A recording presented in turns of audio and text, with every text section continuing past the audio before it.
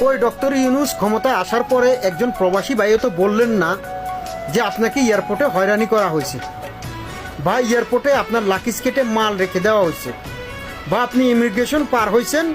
এয়ারপোর্টে 2-3 ঘন্টা বসে থাকা লাগছে মালের জন্য, বা আপনি এয়ারপোর্টে আসছেন, আপনার কাছে বাংলাদেশি সিম নেই, আপনি বাড়িতে ফোন দিতে পারছেন না, এটা নিয়ে হয়রানি করতে হয়েছে।